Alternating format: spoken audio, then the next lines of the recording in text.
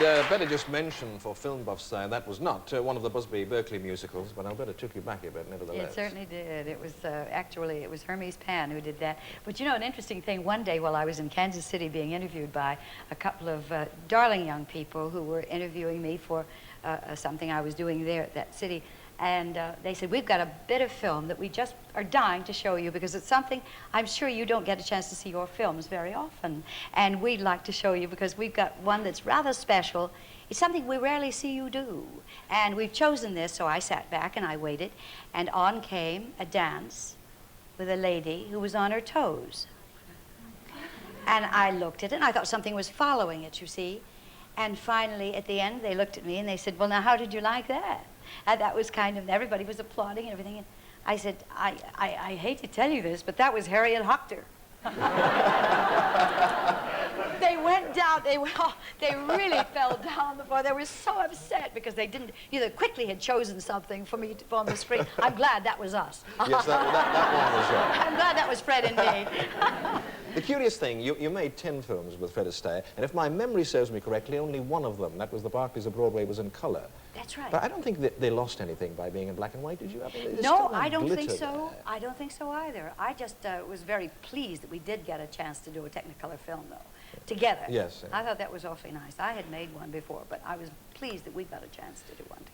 Now, in those days, Ginger, you presumably would be contracted to one of the big studios. Mm-hmm. I mean, is it true that they practically owned you body and soul in those days? They did, Bob, yes. They told you where to go, what to do, when to do it, and if they wanted you to do it. As a matter of fact, for every film that I made that was a musical film, I made 6 others that were non-musicals. So as many as that, didn't yes, realize that. Yeah. And so I really got a lot of exercise in between those various films. But didn't the contracts even have things like a morality clause, so that if an actor committed an immoral act, they would suspend them? Oh, yes, absolutely. I mean, in this day and age, if an actor doesn't commit an immoral act, he gets lost in the film. But did you resent that? I mean, people like David Niven and Bette Davis were always complaining about what they felt were the restrictions of the contract. Well, in a way they had. Did you feel that Big Brother was looking over your shoulder? In a way they had a right too. You know, they were really worked to death. They were just beaten by the front office practically to get them into the next film, and they just close the film and go into the next one, and that wasn't right either. That must have been almost like making films like a machine gun going, one after another like that. Yes, so like a sausage machine. I think a number of them just decided they had had enough. So they took their stand, and as a matter of fact, Olivia de Havilland took them to court, took Warner Brothers to court and won the case. Well, indeed, Bette Davis did, I think. Yeah. I'm pretty sure. She came to Britain, and they took her to court. I think Olivia... Now, you made 73 films altogether, Ginger. And 10 of them, as I said, were with Fred Astaire. Now, I brought something down. I want to read this. This is a quote from a newspaper man. The magic of Astaire and Rogers cannot be explained. It can only be felt. They created a style, a mood, a happening. They flirted, chased, courted, slid, caressed, hopped, skipped, jumped, bent, swayed, clasped, wafted, undulated. We have not seen their like since. Now, that is still true in 1978. I wonder why. I mean, was it just chemistry? Did they just get the chemical mixture right between you two? Well, I think there are certain couples in films that have had a certain something that works like it's like a very good marriage. You see people who are extremely happy and have been married a very long time. And I think this was a theatrical marriage between Mr. Astaire and me because we understood. I hearken back to those 2 wonderful composers and lyricists, Hammerstein and Rogers, Dick Rogers and Hammerstein. You know, he had written with Hart, a gentleman, before he wrote with Hammerstein. And it seemed that when Dick Rogers and Hammerstein worked, it was just hand in glove. Everything they did seemed to just blend so beautifully. And I have a feeling that perhaps I was fortunate enough to be able to blend with Mr. Astaire's moods. And it seems that it made a very good marriage theatrically together. Well, how long did it take you to achieve the kind of precision we saw there? I mean, did it come naturally to you both? Well, yes, it did, because we were in tune. I mean, we were just in tune with each other. I was in tune with him, and he would swing me around, and it would just happen that certain things would take place, you see. But I cannot believe, Ginger, that you can take two talents like Astaire and Rogers in that ephemeral, make-believe world as the cinema was then, with all the pressures that were upon you, and you always saw eye to eye. There must have been explosions from time to time. No, actually, there was only one time when we had a rather difficult little moment in our lives. May I tell you the story about it? Yes, because please. well, it happened that we were just about to do Cheek to Cheek, the film, and the song in the film, Top Hat, and we had been rehearsing on the stage in rehearsal clothes, and then the director, Mark Sandwich, said, well, I think it's time for everyone to get into their costumes, and we'll have a quick run through, and then we'll go to lunch, and then we'll come back, and so on. So he said, let's call down to the wardrobe and have your costume brought in. So I went into my dressing room, and as they called and had the wardrobe lady go pick up my dress, and she walked in while everyone was sitting there by the camera, you see. And the camera had just taken just mock shots of us along the way so that we would be in our proper places. So there, everyone was standing in a sort of a circle. And the door opened with the wardrobe lady having my dress on a hanger. And she walked through, walking it across and back behind the cameras. Suddenly, all eyes looked at my dress as it walked. And mouths began to open, and conversation, very hush, hush, was being talked. In a little circle got smaller. It looked like a hovel for, you know, a football game.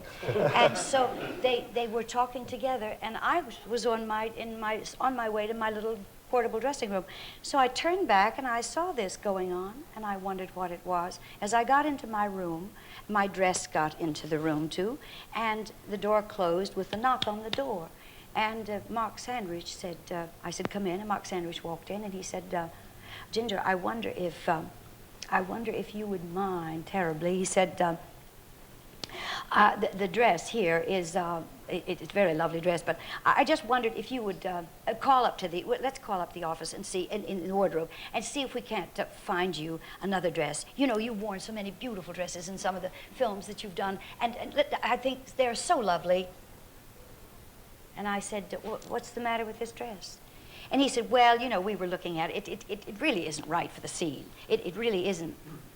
And I said, but I think it's a very beautiful dress. You see, the story about the dress was that Bernard Newman, who designed with me, he said to me before I did the show, he said, now there must be one dress, Ginger, that you have never, ever had and you've always wanted. And I said, yes, there is. You can design for me, and I'll tell you what I want. I want feathers here, and feathers here, and feathers here, and feathers here, and feathers in the back. So he said, you mean lots of feathers? Yes, I said. So I said, I want it like this, and I want something shiny up here, and I just want lots of feathers because they'll float so beautifully. And he said, you know, you're right, that would be lovely. So we sat there, and he at my decision, he said, yeah, a low back, and I said, yeah, that's right. Well, we designed the dress, and I was so thrilled with it, and the dress now is in my dressing room. Okay, so Mr. Sandwich said, you see, Ginger, I did not see the sketch on this dress. I said, yeah, I know, but Mark, that's not my fault that you didn't see the sketch on this dress, because I guess in the sketch it didn't look like feathers, you know, it just looked blue and didn't look like feathers. So I said, well, I just like this dress I like it very much, Mark, and I really don't want to change the dress. And he said, well, I really wish you would, because he said, I didn't like it, and he said, confidentially, Fred doesn't like it either. And I said, oh, I see. Well, so he said, now, we'll go and call upstairs and see if the wardrobe can't bring you something that you'll like, that you've worn before. So he exited out of the room.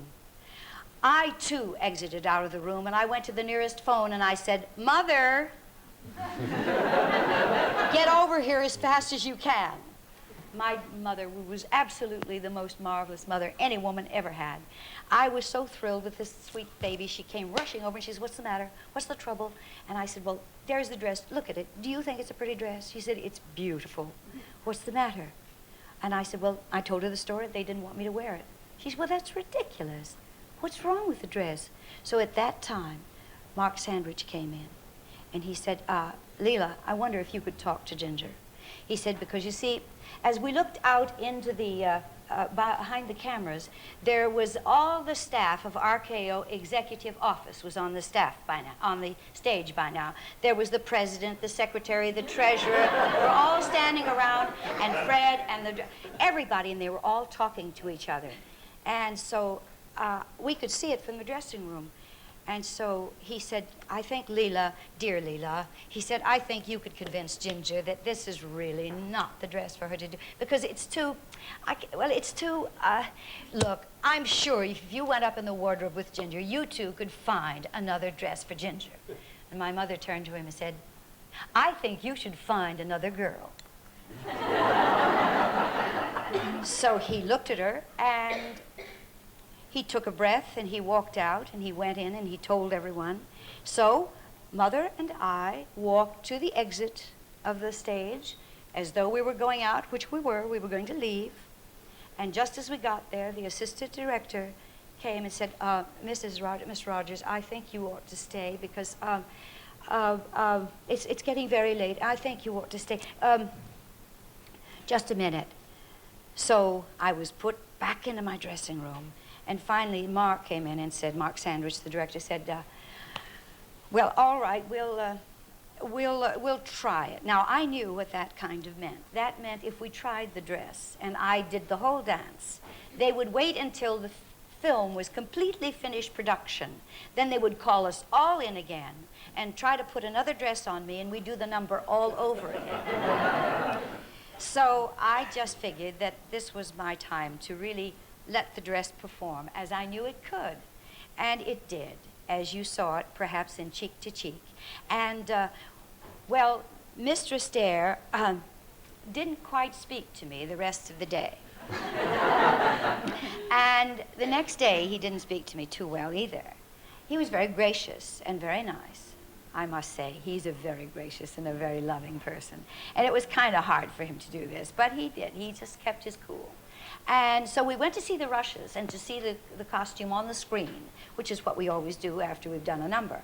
And as we sat there, everybody was there, the producer, the secretary, just everybody. The room was packed to see the rushes on this dress.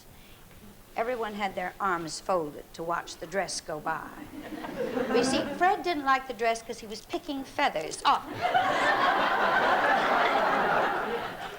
And so as we sat there in the rushes, and you saw it in black and white, the dress just floated in, and none of this thing that was bothering him was seen. Well, that's the longest story I ever heard. Well, I thought it was never going. I didn't know that story, but I knew part of it, and I asked it deliberately because we've got the clip. We can see it. No.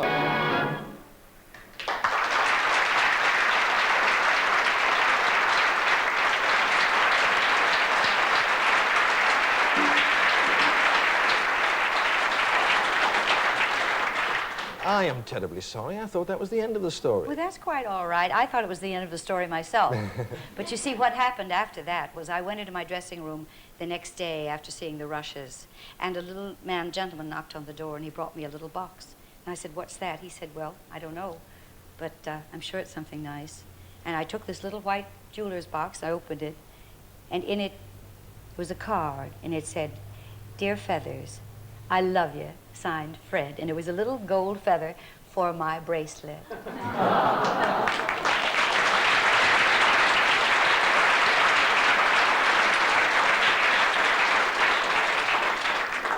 Do you know something? When I knew you were coming tonight, I was quite worried because I thought, what will we say to each other?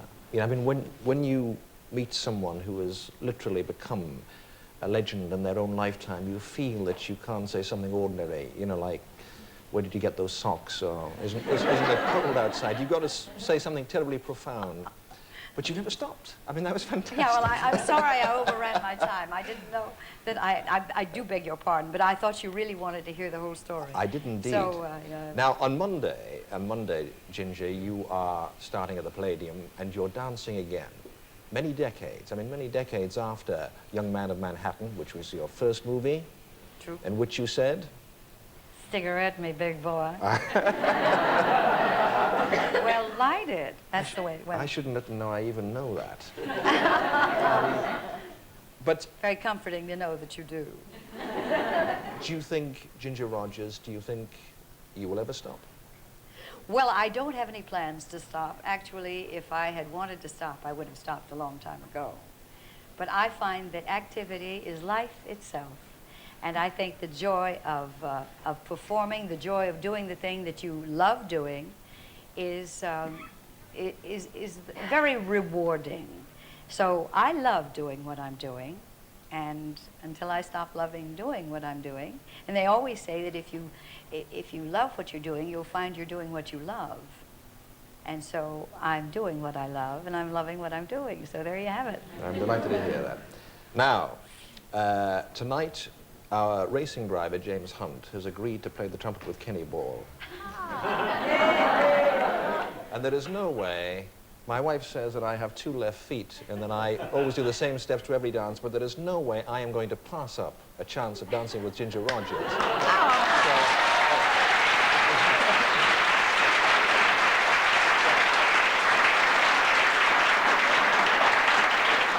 Just let me say thank you very much for being with us. Now, we've enjoyed turning the clock back to the nostalgic days of Hollywood. Don't forget to put the clocks forward tonight. Yeah. We'll be back next week. Look forward to you joining us then. If Fred Astaire is watching, I'm terribly sorry about this.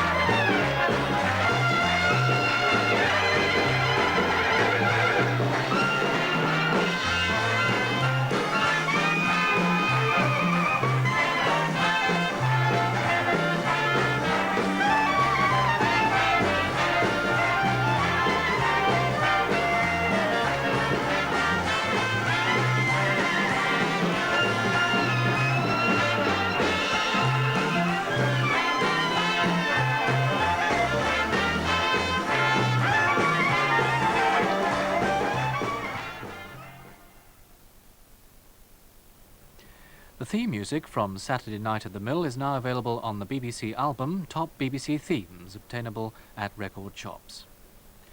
And you can